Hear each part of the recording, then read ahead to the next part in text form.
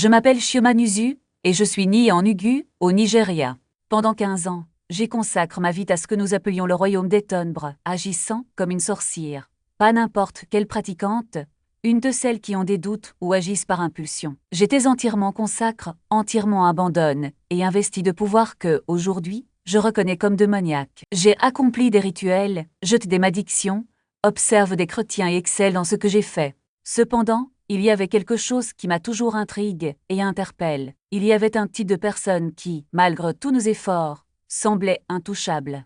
Nous les avons choisis comme cible, nous nous sommes rassemblés à minuit pour invoquer leur nom, avons offert des sacrifices et effectué des cérémonies pour les attaquer. Mais peu importe nos efforts, c'était comme s'ils étaient protés par une barrière invisible, imperméable à nos sorts maintenant. Je veux partager avec vous comment devenir ce genre de chrétien. Quelqu'un qui neutralise les forces du mal, qui rend les plans de l'ennemi inefficaces et qui, par la prière, laisse le royaume des ténèbres sans réponse. Soyez très attentifs, car les 3 signes que je vais mentionner ne sont pas ceux qu'imaginent la plupart des croyants. Il ne s'agit pas de prières bruyantes, de longs jeûnes, ni du nombre de versets que vous mémorisez ou du nombre de services auxquels vous assistez. Ces 3 signes vont bien au-delà. Ceux sont des réalités spirituelles qui, lorsqu'elles sont présentes dans la vie d'un chrétien, créent une atmosphère dans laquelle la sorcellerie ne peut tout simplement pas agir. Laissez-moi vous expliquer comment j'ai découvert cela. Quand j'étais encore impliqué dans des pratiques occultes, il y avait un homme en Ugu appelé Pasteur Jose. Ce n'était pas un lit de cèlebre, il n'avait ni grande église, ni programme de télévision. Sa congrégation comptait à peine 60 personnes. Cependant, il y avait quelque chose chez lui qui nous laissait perplexes. Malgré tous nos efforts pour y parvenir, nos stratégies ont échoué. Ce n'était ni de la chance ni une coïncidence. C'était quelque chose de plus profond, quelque chose que je n'ai compris que plus tard, la crainte du Seigneur. Mais ne confondez pas la crainte du Seigneur avec la crainte de Dieu. Il ne s'agit pas de vivre dans la peur, comme s'il était un juge prêt à punir. Je parle d'une conscience constante de la présence divine, d'un respect si profond qu'il influence chaque décision, chaque mot, et même chaque pensée. Dans le royaume des ténèbres, nous avons ressenti cela. Lorsqu'un chrétien vit dans la crainte du Seigneur, une protection spirituelle se crée autour de lui que les forces du mal ne peuvent briser. C'était comme si un mur invisible l'entourait, et nos pouvoirs n'avaient tout simplement aucun effet. C'était le premier signe. Les 2 autres, nous en reparlerons bientôt, car ils sont tout aussi transformateurs. Ce qu'il est important maintenant, c'est de comprendre que la véritable force spirituelle ne réside pas dans les apparences, mais dans la profondeur de la relation avec Dieu. Et qu'a fait toute la différence? Mais ce qui a vraiment retenu mon attention chez cette femme, ce n'était pas seulement la protection spirituelle qui l'entourait, mais aussi la manière dont sa foi se traduisait en actions concrètes. Elle ne se contentait pas de croire, elle vivait ce qu'elle croyait. Et cela nous amène au 2e signe. La provision surnaturelle. Attention, je ne parle pas de chance ou de coïncidence.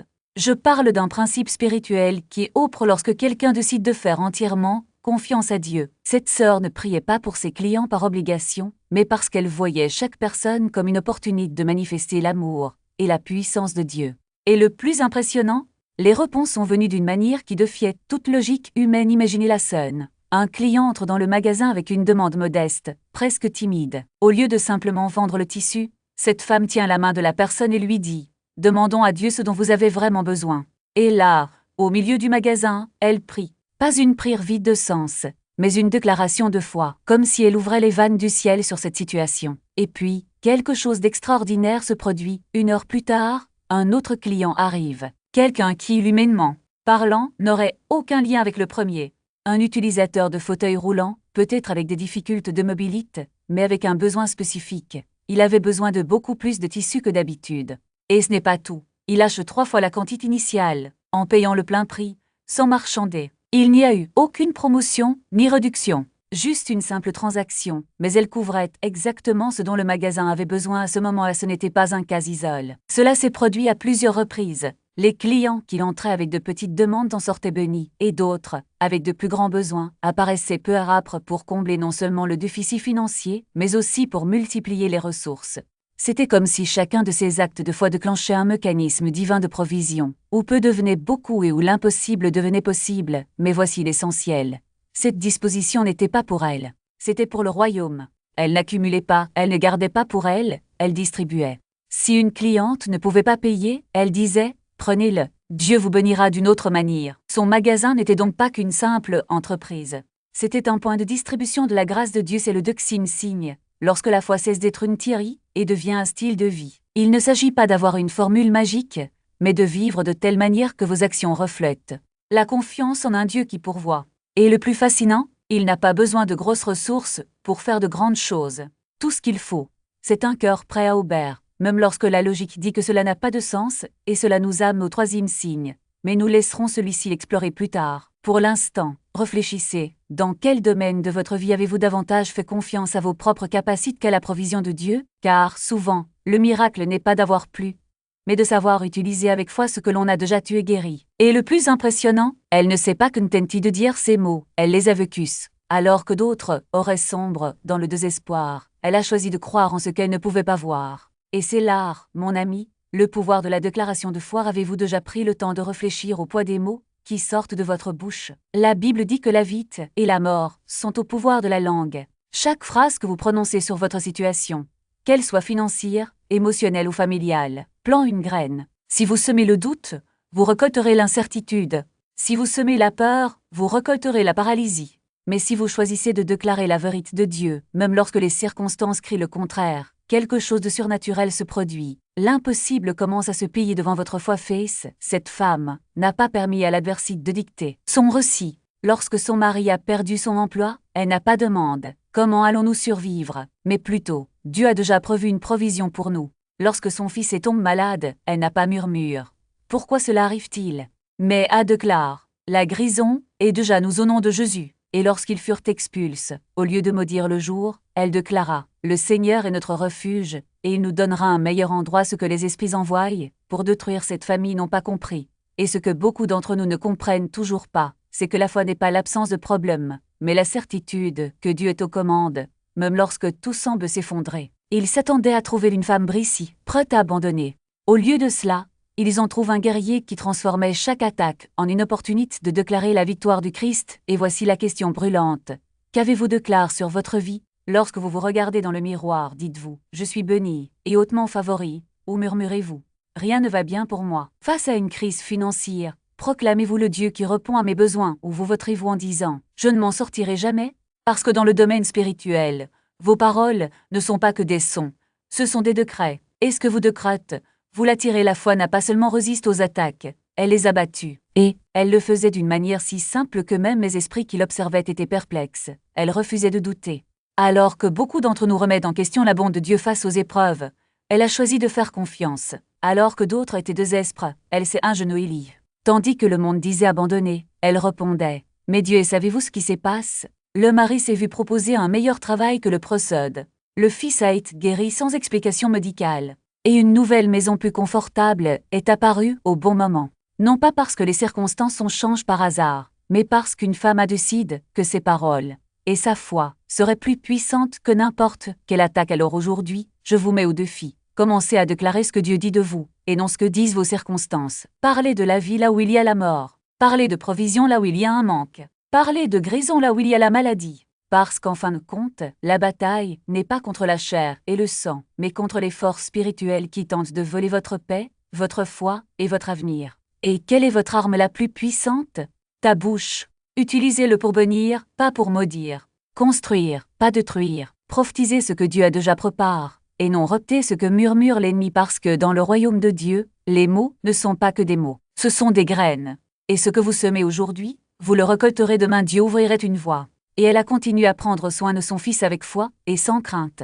Lorsque la propriétaire a dit qu'il devait partir, elle n'a pas contesté, elle ne s'est pas plainte. Il se contente de répondre avec la même sernite que quelqu'un qui connaît déjà la fin de l'histoire. Si Dieu veut que nous partions, il pourvoira. S'il veut que nous restions, personne ne nous fera sortir d'ici. Et il le répétait comme un mantra, comme si chaque mot était une brique construisant un mur de protection autour d'eux. Ce n'était pas de l'entêtement, c'était la confiance. Une confiance qui ne dépendait pas des circonstances, mais d'un Dieu qui ne faillit jamais. Car lorsqu'un chrétien vit dans la peur, lorsqu'il se laisse consumer par l'anxiété ou remet en question la fidélité de Dieu, il y met une fréquence spirituelle qui attire l'ennemi. C'est comme du sang dans l'eau pour les requins. Le doute est l'odeur qui les fait tourner en rond, attendant le moment de frapper. Mais lorsqu'un enfant de Dieu tient fermement à la promesse, lorsqu'il maintient la paix au milieu de la tempête, lorsqu'il se repose dans sa fidélité même sans voir l'issue, il y met une fréquence différente. Une fréquence gagnante, de l'autorité. de ceux qui savent déjà que la fin de l'histoire est écrite, et que Dieu tient toujours ce qu'il promet, et c'est cette confiance inébranlable qui a fait la différence. Pendant 2 ans, tout semble être un échec. 2 ans de lutte, de portes closes, de regards de pitié et de murmures d'incrédulité. Mais elle n'a pas bougé. Il n'a pas cède. Il n'a pas échangé la vérité de Dieu contre un mensonge passager. Jusqu'à ce que, tout à coup, quelque chose change. Un jeune homme du village, impliqué dans la sorcellerie, était poste par les esprits mêmes qu'il servait. Les nuits sont devenues un cauchemar de tourments, et aucun guérisseur traditionnel n'a pu le libérer. À l'article de la mort, la famille l'a emmené chez Samuel. Et Samuel a pris. Et à ce moment-là, la puissance de Dieu s'est manifestée. Le jeune homme était complètement libre, et guéri. La nouvelle s'est répandue comme une traînée de poudre. En quelques semaines, des gens de toute la région ont commencé à affluer à l'église. Ils voulaient connaître le Dieu qui brise les chaînes, qui chasse les démons, qui transforme les vies. Et en moins d'1 an, ce qui était autrefois un petit groupe de croyants persécutés est devenu un mouvement. Ce qui était une faiblesse est devenu une force. Ce qui était rare est devenu abondance. Parce que Dieu n'a pas besoin de beaucoup de gens pour faire de grandes choses. Il a besoin de gens qui croient pendant ce temps. Ailleurs, le marche était contrôlé par ceux qui comprenaient les lois spirituelles du pouvoir. Ils ont influencé les ventes, manipulent l'offre et la demande, et déterminent qui a prospère et qui a échoué. C'était leur territoire, et tout le monde le savait. Soit ils ayez pour la protection, soit ils en subissaient les conséquences. Mais Ontingozi était diffre. Elle n'a jamais payé. Il n'a jamais reconnu leur autorité. Il n'a jamais montré de peur, et c'est devenu un problème. Le chef du clan a décidé de lui donner une leçon. Il détruirait complètement votre entreprise pour qu'elle puisse servir d'exemple aux autres. Ils ont commencé avec les tactiques habituelles. Ils ont envoyé des spiritueux pour effrayer les clients, ils ont incité les fournisseurs à augmenter leurs prix, ils ont semé le doute dans l'esprit des gens sur la qualité de leur nourriture. Ils ont fait tout ce qui fonctionnait toujours. Mais rien ne s'est passé. Son entreprise n'a pas souffert. En fait, cela semblait même croître, ils étaient perplexes. Ensuite, ils ont intensifié l'attaque. Ils ont accompli un rituel plus important, sacrifié un bélier, et prononcé une malédiction de ruine financière totale sur son restaurant. Ils ont déclaré que d'ici 3 mois, elle serait en faillite et mendierait dans la rue. 3 mois se sont écoulés. Et non seulement elle n'a pas fait faillite, mais elle a également ouvert une deuxième unité. Fiori les a repris. Alors ils envoyèrent quelqu'un pour l'observer de près, pour découvrir où se trouvait la brèche. Quelle était la source de cette protection incassable? L'observateur qu'ils ont envoyé est revenu avec une réponse qui les allait encore plus confus. Il rapporte que partout où elle allait, les mots qui sortaient de sa bouche n'étaient que des bénédictions, de la gratitude ou des déclarations de foi. Quand quelqu'un critiquait sa cuisine, elle ne répondait pas avec colère. Au lieu de cela, souriez et dites « Merci pour vos commentaires. Que Dieu vous bénisse abondamment. » Et le plus impressionnant, c'est qu'autour d'elle, il n'y avait jamais un mot de découragement concernant l'entreprise, les finances ou l'avenir. Chaque phrase qu'il prononçait était un acte de confiance, comme si les mots eux-mêmes étaient des germes de prospérité. Ils ont essayé de comprendre. Comment pourrait-on relever des défis sans se plaindre? Comment pourrais-je faire autant confiance, même lorsque les circonstances semblaient impossibles? En temps de crise, alors que de nouvelles réglementations menaçaient de fermer son restaurant, elle a rassemblé sa petite équipe et a déclaré « Je ne sais pas comment nous allons répondre à ces demandes, mais je sais que Dieu est fidèle. Il nous a amenés jusqu'ici, et il ne nous abandonnera pas maintenant. Faisons ce que nous pouvons, et faisons-lui confiance pour faire ce que nous ne pouvons pas, puis quelque chose de surprenant s'est produit. Au lieu de passer des jours et des nuits à chercher une solution désespérée, elle a simplement continué à travailler avec Ingrid, comme elle l'a toujours fait. Et comme si l'univers conspirait en sa faveur, un homme apparut dans son restaurant. Il a posé des questions sur l'entreprise, sur les défis, sur les nouvelles règles. Lorsqu'elle lui a expliqué sa situation, il a souri et a déclaré « J'ai une entreprise qui aide les petites entreprises à s'adapter à des réglementations comme celle-ci. Et j'ai l'impression que Dieu m'envoie ici aujourd'hui pour vous aider. Je paierai tous les coûts d'adaptation de votre restaurant. Considérez cela comme mon investissement dans le royaume de Dieu. » Les ennemis, qui la surveillaient, n'arrivaient pas à y croire. Comment quelqu'un peut-il attirer autant de gentillesse? Comment transformer chaque obstacle en opportunité? Ils ont donc revu les panneaux une nouvelle fois, essayant de déchiffrer le secret de cette protection inébranlable. Le premier signe était une vie qui marchait dans la crainte du Seigneur. Il ne s'agissait pas d'avoir peur de Dieu, mais de vivre avec une conscience constante de sa présence. Il s'agissait de prendre des décisions basées sur ce qui lui plaisait, et non sur ce qui lui convenait. Il refusait de céder, même dans les petites choses. Le deuxième signe était le pouvoir des mots. Ce n'était pas seulement des sons, c'était des forces créatrices, capables de féconder la réalité. Dans le domaine spirituel, il savait très bien utiliser contre les paroles des chrétiens. Quand quelqu'un prononçait des paroles négatives sur sa vie, quand il était d'accord avec peur et doute, quand il déclarait la défaite au lieu de la victoire, il ouvrait dans réalité les portes à ce qu'il ne voulait pas. Mais elle a fait le contraire. Ses paroles étaient toujours alignées sur la foi, sur l'espérance, sur la certitude que Dieu était aux commandes, parce que lorsque vous marchez dans la crainte du Seigneur, lorsque vous parlez de vie plutôt que de mort, lorsque vous lui faites confiance de tout votre cœur, vous ne vous défendez pas seulement contre les attaques, vous vous positionnez dans le flux de la faveur de Dieu. Et qu'a fait toute la différence? Je l'ai vu répéter d'innombrables fois. Les chrétiens qui vivent ces trois vérités non seulement survivent, mais ils prospèrent. Ils sont non seulement proches, mais promus. Non seulement ils se contentent de suffisamment, mais ils marchent dans l'abondance, parce que lorsque vous vivez ainsi, vous attirez l'attention du ciel. Dieu observe votre fidélité, il voit votre confiance, il reconnaît votre obéissance, et répond. Le psaume 34:7 dit que l'ange du Seigneur campe autour de ceux qui le craignent et les délivre. Et Proverbe 18h21 renforce. La mort et la vie sont au pouvoir de la langue. Celui qui l'utilise bien mange ses fruits. Elle a donc deux cides. Ses paroles ne seraient plus gouvernées par la peur, le doute ou la défaite. À partir de ce moment, il ne parlera que de ce que Dieu a vu. Il déclarait la parole concernant sa situation. Il prophétiserait son avenir avec les promesses du Seigneur. Après tout, si la mort et la vie étaient au pouvoir de la langue, elle choisirait la vie. Je choisirais la bénédiction. Je choisirais la victoire. Et ce faisant, vous ne changeriez pas seulement vos mots, vous réécririez votre destin, et maintenant, elle lance une invitation puissante. Annulez tous les mots négatifs qu'elle a jamais prononcés sur elle-même. Il ne s'agit pas seulement d'oublier le passé, mais de revoquer, avec autorité spirituelle, l'effet de ces déclarations. Si la langue a le pouvoir de maudire, elle a aussi le pouvoir de faire la malédiction. Chaque je ne peux pas le faire, chaque cela ne changera jamais, chaque je suis un échec. Ces phrases n'ont pas à être simplement prononcées, elles ont à être sémises. Et comme toute graine, elles ont germe, prenant racine dans votre esprit, dans vos émotions, dans votre situation, mais aujourd'hui, elles décident de raciner ces racines, non pas avec la force humaine, mais avec l'autorité de la parole de Dieu. Parce que si la foi vient de ce qu'on entend, l'incrédulité aussi. Et si les paroles négatives en sèment le doute, les paroles de foi peuvent les déraciner.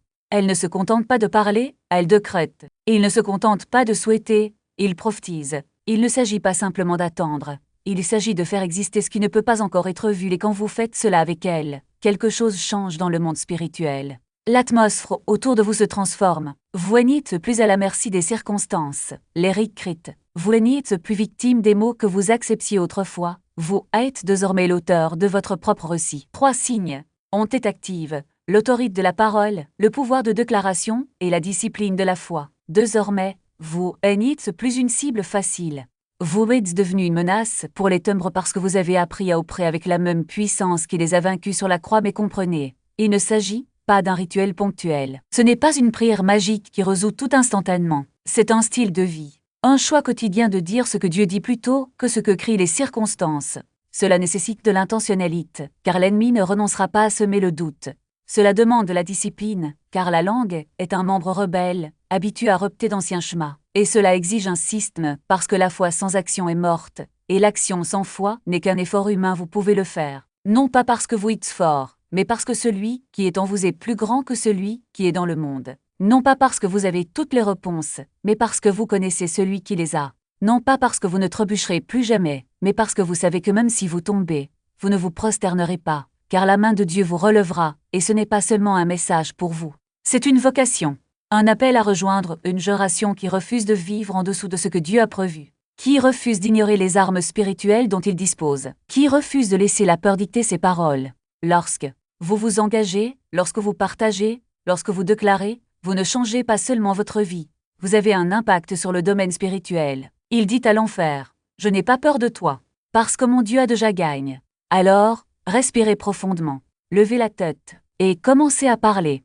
Non pas ce que le monde dit que vous êtes, mais ce que Dieu a déjà déclaré à votre sujet. Parce qu'au moment où vos paroles s'alignent sur les siennes, quelque chose de surnaturel se produit. Les chaînes se brisent, les portes s'ouvrent, et ce qui semblait impossible commence à bouger. Non pas parce que vous le méritez, mais parce qu'il l'a promis. Et les promesses de Dieu ne reviennent pas vidibu, n'est pas seulement un son rupte, c'est l'écho de votre bataille intérieure se transformant en une déclaration de foi.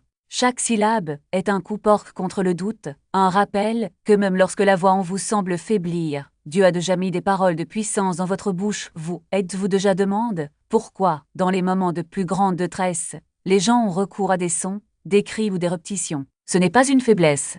C'est l'instinct. C'est l'esprit qui réclame quelque chose de plus grand que la peur. Et quand ce cri rencontre la parole de Dieu, cela devient un cri de guerre. Ibu pourrait être le début d'une prière que vous ne saviez même pas devoir dire. Cela pourrait être la première étape pour briser le silence que l'ennemi veut vous imposer, mais voici la vérité que beaucoup oublient. Ce ne sont pas vos paroles qui ont du pouvoir, c'est l'autorité de ceux qui les soutiennent. Lorsque vous ouvrez la bouche et dites Ibu avec la conviction que vous êtes sous la couverture de Dieu, vous ne faites pas que parler. C'est libérer une force qui était déjà libérée sur la croix. C'est dire au chaos, je ne suis pas seul. Ce qui est en moi est plus grand que ce qui est dans le monde. Et savez-vous ce qui se passe lorsque vous persistez dans cette voie? Les choses commencent à changer. Non pas parce que vous avez trouvé la formule magique, mais parce que vous avez hâte de vous battre contre vous-même et commencez à combattre Dieu. Chaque Ibu est une brique dans la construction de votre victoire. Chaque répétition est un pas en avant, même si vous ne voyez pas encore le chemin. Parce que la foi ne consiste pas à voir, mais à déclarer, même dans l'obscurité, que la lumière arrive déjà. Alors ne vous heurtez pas. Ne restez pas silencieux. Ne laissez pas la fatigue ou la honte voler votre voix. Parce que dans le domaine spirituel, le silence est le territoire de l'ennemi. Mais le mot, même s'il s'agit d'un son brise, d'une répétition imparfaite, est le territoire de Dieu. Et il a déjà dit, par ma parole, les choses arrivent. Alors parlez, même si c'est juste Ibu aujourd'hui. Demain, ce seront les phrases. Ensuite, il y aura des témoignages. Et un jour, vous regarderez en arrière, et vous réaliserez que ce simple son a été le début de tout.